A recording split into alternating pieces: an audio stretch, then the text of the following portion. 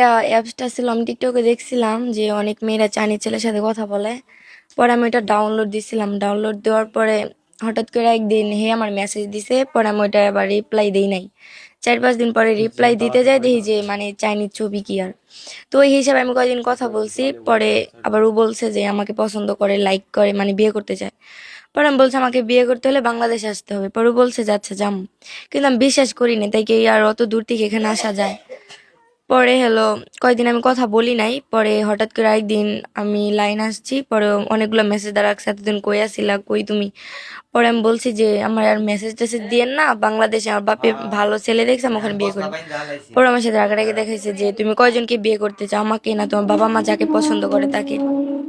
পরে আমি বলছি যে আমার বাবা মা এখন খুশি হয়ে যাকে দিবে আমি তাকে। কয় না না আমি আসবো।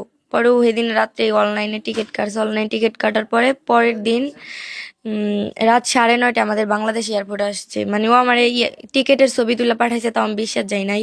এয়ারপোর্টে এসে ছবি তুলে পাঠাইছে, তাও বিশ্বাস যাই নাই। যখন আমাদের বাংলাদেশ এয়ারপোর্টে আইসা একটা ভাইয়ার আদা কথা বলাইছে, পরে বিশ্বাস গেছি। তারপরে আব্বু আম্মু মাইনা নিব না, বাড়ি থেকে নামাই দিব, এরকম ওরকম। তারপরে 2-3 দিন পর আরেকটা আপুর মাধ্যমে ওরা আমাদের বাড়িতে আসছে লোকেশন হিসাবে। তারপরে সবাইকে জানানোর পর আমাদের বিয়ে দেওয়া হয়েছে। যেহেতু আমার জন্য আসছে, তাকে তো আর ফিরিয়ে দেওয়া যাবে না, এর কারণে আমি সম্পত্তি দিয়েছি, এর কারণে আমরা বিয়ে করে নিছি। ভবিষ্যৎ পরিকল্পনা সেটা আমি জানি না সামনে কি আছে, তবে আশা করি ভালোই হবে।